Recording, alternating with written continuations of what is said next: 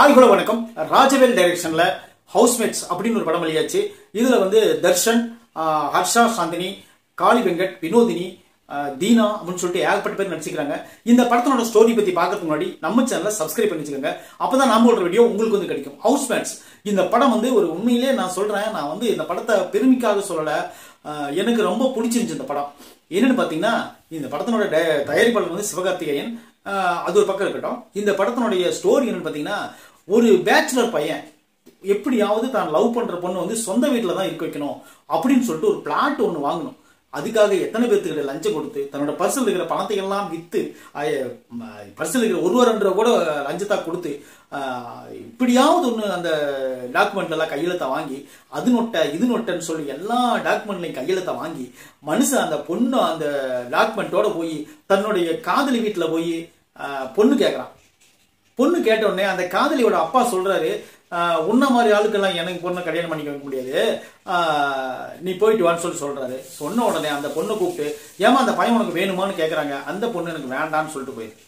இப்ப என்னாவதுன்னு பாத்தீங்கன்னா, மறுநாள் இவன் வந்து நார்மலா தான் இருக்கா. ஆனா அந்த பொண்ணு மனக்கோலத்துல வந்து நம்ம கல்யாணம் பண்ணிக்கலாவா, நம்ம ரெண்டு பேரும் கல்யாணம் பண்ணிக்கிட்டு குழந்தை குட்டிகளை பெத்துட்டு போய் அப்பா முன்னாடி நிக்கலாம் அப்படின்னு சொல்லிட்டு அந்த பொண்ணு ஐடியா கொடுக்க, ரெண்டு பேரும் கல்யாணத்தை பண்ணிக்க, ஸோ வாங்கின அந்த புது வீட்டுக்கு போக, அது ஒரு பெரிய பிளாட்.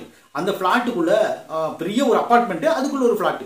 இப்ப அந்த பிளாட்டுக்குள்ள உள்ள போனதுக்கு அப்புறம் இவன் என்ன பண்றாருன்னா, ஹீரோ என்ன பண்றாருன்னா கார்த்திக், அவர் பேர் தர்ஷன் பேர் இந்த படத்தில் கார்த்திக். அப்புறம் இவர் என்ன பண்றாருன்னா, ஒரு ஃபீல்டில் ஒர்க் பண்ணிட்டு இருப்பாரு, ஒரு ஐடி மாதிரி ஒரு ஃபீல்டில் ஒர்க் பண்ணிட்டு இருப்பாரு.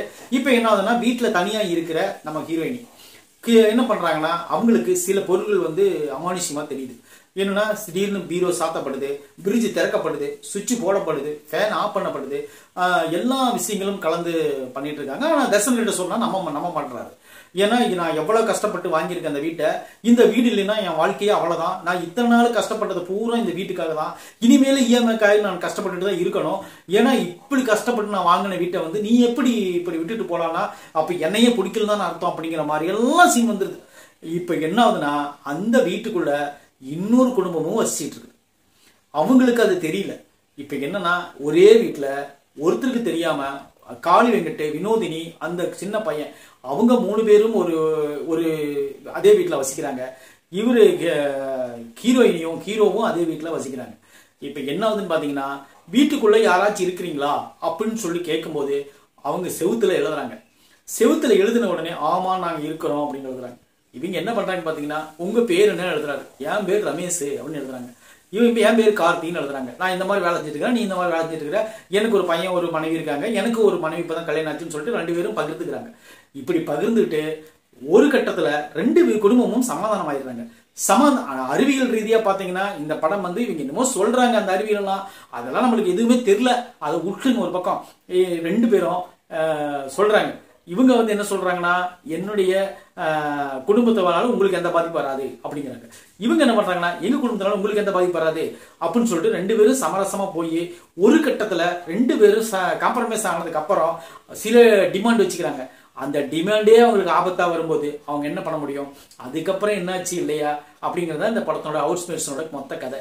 அந்த பிளாட்டை வித்தாரா கார்த்தி இல்லையா, அந்தவங்களை கண்டுபிடிச்சாங்களா இல்லையா, அவங்க யாரு என்ன விஷயம் அப்படின்னு சொல்லிட்டு மொத்த பரபரப்பையும் கொட்டி கம்மையிலே இந்த படம் எனக்கு வந்து ஆக்சுவலி நான் இந்த படத்தை பார்க்கும்போது எனக்கு ரொம்ப நல்லாவே இருந்துச்சு படம்.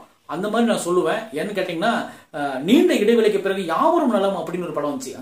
அப்போ அந்த படத்துல வந்து மாதவன் வந்து அவர் வீட்டுல மட்டுமே ஓடக்கூடிய ஒரு நாடகம். அது வந்து லாஜிக் இல்ல, ஆனா இருந்தாலும் அது ஒரு வீட்லயும் ஓடக்கூடிய நாடகம். அந்த நாடகத்துல வரக்கூடிய அந்த கேரக்டர்லே இவங்க இருப்பாங்க. அவங்க வீட்டுல இருக்கிற எல்லாருமே அதே கேரக்டர் இருப்பாங்க. அந்த நாடகத்துல என்ன நடக்குதோ அடுத்தது இவங்க வீட்டுல அது நடக்கும். அப்படிங்கிற ஒரு கதை வந்து அந்த காலத்துல வந்துச்சு. அந்த காலம் சொல்ல வந்துச்சு அந்த படம் யாவரும் நலம்.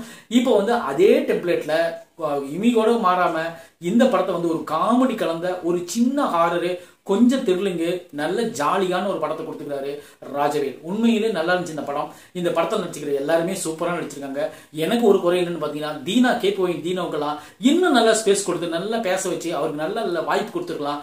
அவங்க எல்லாம் ஏன் அப்படி கட் பண்ணாங்கன்னு எனக்கு தெரியல. தர்ஷன் இந்த படத்தில் சூப்பரா நடிச்சிருந்தாரு. அது போல அந்த ஹீரோயினி பொண்ணு அவங்க சூப்பரா நடிச்சிருந்தாங்க. இந்த படத்துல முழுக்க எனக்கு ரொம்ப முக்கியமா பிடிச்ச கேரக்டர் யாருன்னு பாத்தீங்கன்னா, வினோதினி கேரக்டரும் இந்த காளி வெங்கட் கேரக்டரும். இவங்க ரெண்டு பேர் கேரக்டரும் அவ்வளவு ப்ராப்பரா சூப்பரா நடிச்சிருந்தாங்க. அது குறிப்பா அந்த கிளைமேக்ஸ்ல அந்த அந்த சீன்ல உண்மையில நீங்க பார்த்து தெரிஞ்சுக்கோங்க. உண்மையில நல்லா இருந்துச்சு இந்த படம். இந்த படத்துல நடிச்சுக்கிற எல்லாருமே சூப்பரா நடிச்சிருந்தாங்க. குறிப்பா சொல்ல போனா அந்த வீடு பார்க்குற இடமும் சரி, அந்த வீட்டை விற்கிறதுக்கு இவங்க ஒரு ஐடியா பண்ணுவாங்க அப்ப சரி, அப்புறம் அயன் பாக்ஸ் சீன் ஒன்று இருக்கு, அடுத்து வந்து கரண்ட் வந்து வாயில கடிச்சிட்டு இருப்பாரு அந்த சீன் உண்மையில நல்லா இருந்துச்சு.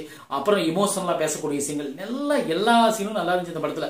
மொத்தமா இந்த படம் எப்படி இருக்குன்னு கேட்டீங்கன்னா என்ன பொறுத்தளவுக்கு சூப்பரான வாட்சிங்கான படம் தான் இந்த ஹவுஸ்மேட்ஸ் படம். உண்மையிலே நல்லா இருக்கு. உங்களுக்கு டைம் கிடைச்சா நீங்க இந்த படத்தை போய் பாருங்க. ஏன்னா ஃபர்ஸ்ட் வந்து இந்த லாஜிக் எல்லாம் விட்டுருங்க. இந்த தமிழ் சினிமாவில் லாஜிக்ங்கிற வார்த்தைக்கே இனிமேல் நம்மளுக்கு என்னைக்குமே இடம் கிடையாது.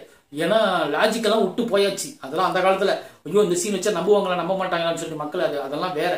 இந்த படத்துல வந்து எந்த லாஜிக்கும் நீங்க பார்க்காதீங்க. அறிவியல் ரீதியாக அவங்க சில விஷயங்கள் சொல்லுவாங்க, அந்த அறிவியல்லாம் நீங்க எதையுமே பார்க்காதீங்க. இந்த படத்தை வந்து ஒரு படமா பார்த்தீங்கன்னா இந்த படம் வந்து ஒரு சூப்பரான படம், நல்லா இருக்கு, எனக்கு ரொம்ப பிடிச்சிருந்துச்சு. உண்மையிலே இந்த மாதிரி படங்கள் எடுத்தாங்கன்னா உண்மையிலே நல்ல ஒரு அளவுக்கு ஓடும் அப்படிங்கிறது என்னோட நம்பிக்கை. இந்த படத்துல வந்து எந்த ஒரு அடல்ட் கண்டென்ட் வேற டபுள் மீனிங் எதுவுமே கிடையாது. சூப்பரா குழந்தைங்களோட உட்காந்து பார்க்கலாம் அந்த மாதிரி ஒரு படம். அவ்வளவுதான், வேற ஒன்றும் சொல்றதுக்கு இல்லை. இந்த விமர்சனம் உங்களுக்கு பிடிச்சிருந்தா கண்டிப்பா நம்ம சேனலை சப்ஸ்கிரைப் பண்ணி வச்சுக்கோங்க. நான் போடுற வீடியோ உங்களுக்கு வந்து கிடைக்கும். நன்றி.